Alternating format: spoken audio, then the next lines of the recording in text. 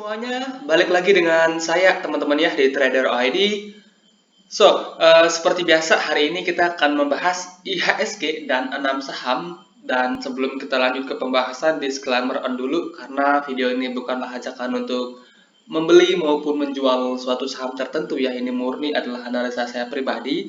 Jadi silakan untuk dianalisa ulang kembali karena nanti untuk keuntungan maupun kerugian itu balik ke resiko masing-masing. Oke, yang pertama IHSG ya. IHSG hari ini melanjutkan analisa kita kemarin ya. IHSG hari ini berjalan sesuai dengan analisa yang dimana hari ini indeks sempat nyentuh resisten di 7080, habis itu terkoreksi. IHSG hari ini close di level 7007, turun 0,61% dengan net foreign sale yang cukup lumayan ya, 3 hari terakhir itu foreign sale itu cukup lumayan di IHSG. Nah, untuk itu seperti yang udah kita bahas sebelumnya, don't be agresif di market seperti ini, stay cash. Saya sendiri saham saya per hari ini ya tinggal sisa 2 aja, sisanya cash. Nah, biasanya ketika market itu drop, maka yang akan gerak itu saham-saham defensive stock seperti Unilever, kemudian ICBP, INDF, Mayora, HNSP. Biasanya saham-saham seperti itu ya akan punya panggung sama saham-saham kecil.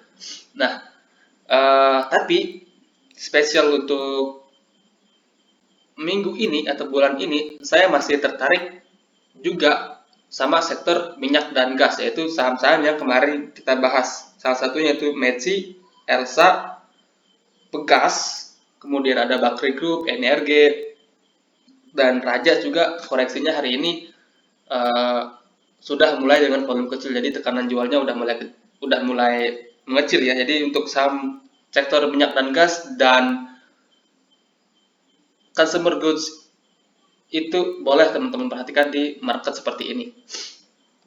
Sama kalau saham-saham kecil, teman-teman harus pintar-pintar baca bid and offer ya, siap dengan resiko teman-teman hajar kanan maupun hajar kiri ketika marketnya atau sahamnya itu bergerak turun. Oke, itu so far ya untuk IHSG. Jadi view saya untuk beberapa minggu ke depan masih belum terlalu jelas ya.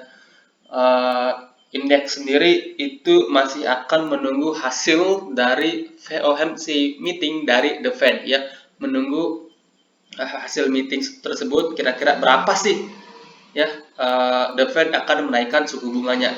Kalau di luar ekspektasi market, maka ada kecenderungan indeks akan drop lebih dalam lagi ya. Oke, itu untuk IHSG. Kemudian untuk saham pertama yang akan saya bahas hari ini yaitu saham Gotoh. Nah, saham Gotoh ini yang seminggu terakhir kelihatan menahan IHSG ya, yang dimana saham big caps atau blue chip itu majority pada turun, malah saham Gotoh ini naik teman-teman ya. Cuma kalau kita perhatikan ya, saat ini Gotoh itu sedang berada di resisten dan kelihatan banget kalau kenaikannya itu udah mulai melemah teman-teman ya. Gimana melihat melemahnya? Pertama ya, volumenya itu udah mulai menurun. Kemudian kalau kita ke time frame yang lebih kecil, ke time frame 1 jam, Gotoh itu looks like ini mirip pola rising wedge.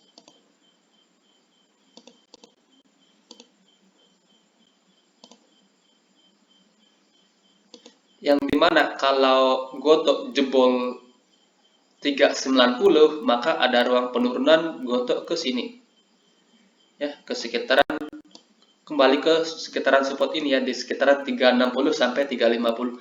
Jadi untuk saat ini buat teman-teman yang udah punya Gotoh trailing stop jangan lupa. Nah, buat teman-teman yang baru mau entry sih saran saya wait and see terlebih dahulu ya. Better nunggu Gotoh di 2 support ini. yang pertama di sekitaran 380, kalau seandainya itu jebol maka kita tunggu lagi di sekitaran 340 sampai 350 ya. Oke, itu untuk saham Goto. Kemudian saham berikutnya itu ada Unilever. Nah, Unilever ini baru kalau nggak salah 2 hari yang lalu ya saya bahas Unilever di candle ini saya bahas, dan so far Unilever bergerak sesuai dengan apa yang kita bahas ya. Jadi kalau teman-teman ada yang udah punya Unilever, menurut saya masih layak ya untuk di keep, untuk di hold. Nah, yang dimana view saya Unilever itu akan membentuk ascending triangle, dan kalau ini break ya, kalau dia mampu break dari 4.900 sampai 5.000, maka ada potensi Unilever ke sekitaran 5370 ya. Dan Unilever juga udah confirm akan membagikan dividen dalam waktu dekat. Jadi ada katalis tambahan ya di Unilever ini sendiri, maka ada peluang Unilever itu akan kembali melanjutkan kenaikan.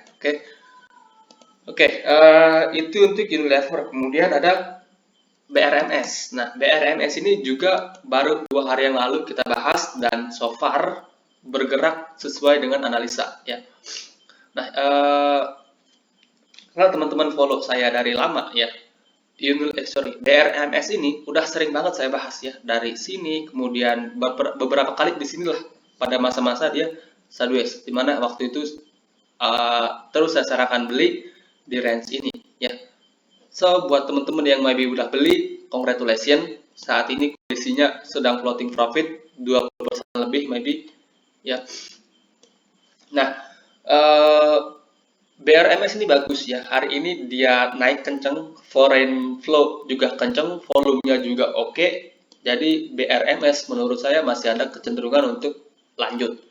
Nah, and then kalau kita ke time frame kecil untuk melihat support-support minornya, oke, kalau ke time frame 1 jam itu nggak kelihatan banget, kita ke time frame yang lebih kecil aja, 15 menit. Nah, kalau kita ke time frame yang lebih kecil ya, ke 15 menit,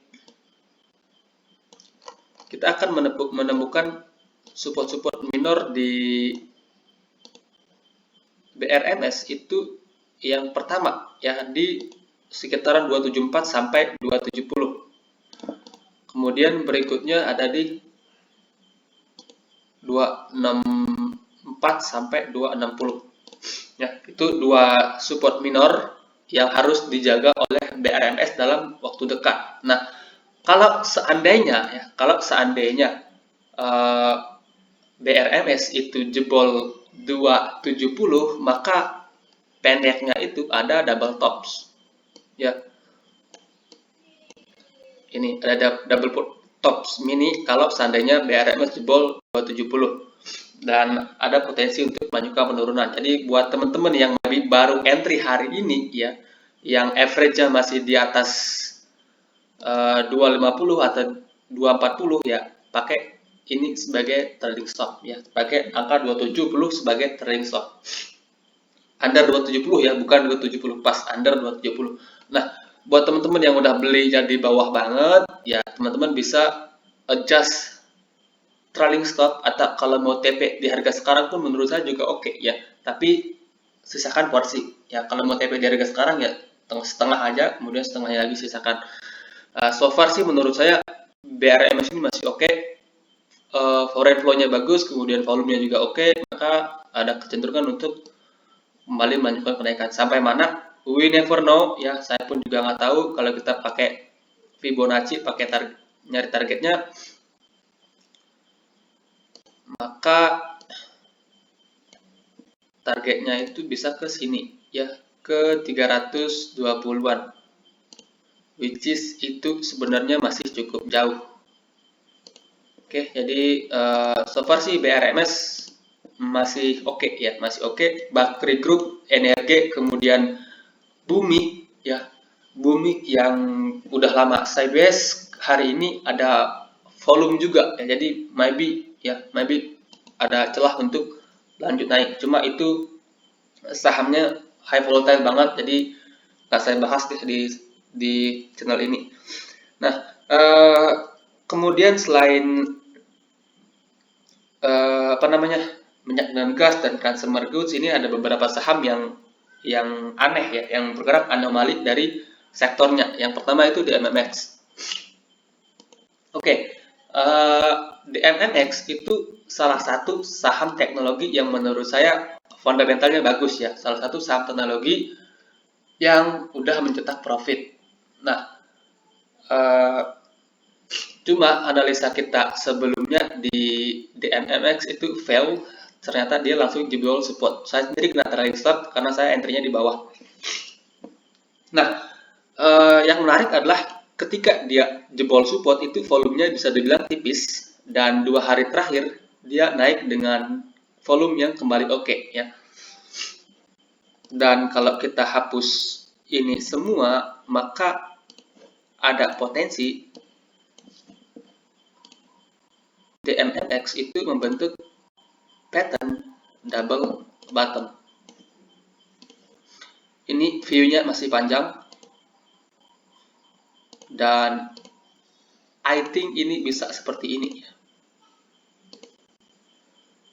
Nah, untuk saat ini support kuatnya ada di sini teman-teman, di sekitaran angka 1500 itu support kuat untuk DMMX. Nah, mengingat sekarang posisinya udah lumayan jauh dari 1500, maka kalau teman-teman mau entry di harga sekarang itu cicil ya, cicil sampai 1500 ya, dikit-dikit dulu. Kalau teman-teman punya modal 10 juta, di harga sekarang masuk 2 juta, kemudian ketika dia turun lagi, entry lagi, turun lagi, entry lagi sampai 1500. So far 1500 itu valid ya, support yang kuat untuk DMMX, dan mudah-mudahan itu nggak sampai dijebol ya. I guess sih ya nggak sampai ya. Menurut saya sih itu nggak akan dijebol, malah maybe nggak akan sampai situ lah kalau dia seandainya turun. Oke, itu untuk DMMX. Jadi untuk saat ini saham teknologi yang menarik itu cuma ini sih. Nah, kalau kejadian double bottomnya, maka ada chance dia ke 2500. Sorry. Dan kalau kalian belinya di harga sekarang, itu potensi profitnya bisa capai 50%-an kalau nggak salah ya. Coba hitung sendiri deh. Oke, itu untuk DMMX. Jadi so far dari tech stock yang menarik itu cuma ini aja ya. Yang lainnya itu masih belum oke, masih kena katalis dari global. Kemudian ada Panin Group, PNBN. Panin Group rata-rata menarik ya. PNBN, kemudian PNLF, ada PNBS yang baru rebound sebenarnya, kemudian 2 hari terakhir itu koreksi juga dengan volume yang kecil. Jadi Panin Group menurut saya itu menarik ya buat diperhatikan. Kalau kita perhatikan ya, Panin Group itu PNBN terutama ya, Bank Pan Indonesia PNBN, dia naik dari angka 770 sampai 1700 dengan sangat kencang sekali ya.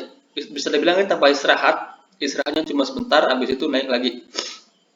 Nah, volume dia naik juga lumayan tinggi-tinggi ya, lumayan gede-gede. Kemudian 2 hari terakhir itu koreksi dengan volume yang relatif tipis.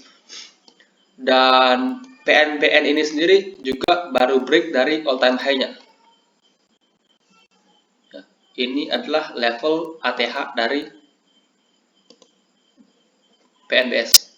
Sorry, PNBN ya, PNBS lagi. Nah, ini adalah level ATH-nya. Jadi untuk saat ini level support yang harus dijaga oleh PNBN yaitu 1600. Ya, kalau seandainya teman-teman dikasih 1600 round itu ya bisa koleksi PNBN dengan harapan dia masih bisa untuk lanjut naik, maybe sampai 2.200 or more lah ya. Karena biasanya kalau saham-saham yang udah sentuh HTH, apalagi dengan spike volume seperti ini, maka ada potensi untuk kembali rally teman-teman ya. So, mudah-mudahan kejadian juga di PNPN. Jadi untuk saat ini PNPN itu salah satu saham yang menurut saya cukup menarik buat diperhatikan. Bukan cuma PNBN ya, Panin Group lainnya itu juga oke ya. Panin Group itu ada apa saja sih? Saya sebutin beberapa aja ya. Yang pertama ini PNBN, kemudian ada PNLF, kemudian ada PANS ya, Panin Sekuritas, kemudian ada PNBS, apalagi ya? Ya saya lupa ya. Keempat itulah ya, teman-teman bisa pantau. Majority keempat-empatnya udah saya lihat chartnya dan menarik semua teman-teman ya. Oke, kemudian ya selain itu ada satu saham kecil yang menarik juga, yaitu IPPE. Nah, IPPE ini sebelumnya udah cukup lama ya nggak saya bahas karena sahamnya lagi downtrend beberapa waktu yang lalu. Nah, cuma ya seminggu terakhir ini PNBN ada inflow yang cukup lumayan ya. Kalau kita perhatikan inflow yang cukup lumayan. Nah,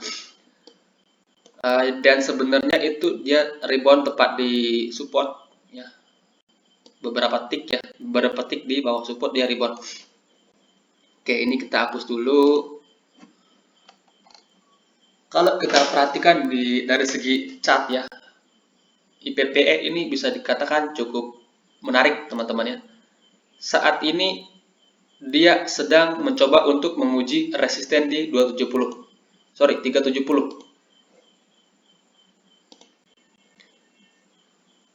Ini resisten yang saat ini akan diuji oleh IPPE, dan kalau itu jebol maka ada ruang kenaikan yang cukup signifikan ya di IPPE. Kalau kita baca chart patternnya sendiri, ada potensi IPPE akan membuat inverter head and shoulders. Ini head dan ini shoulder kiri.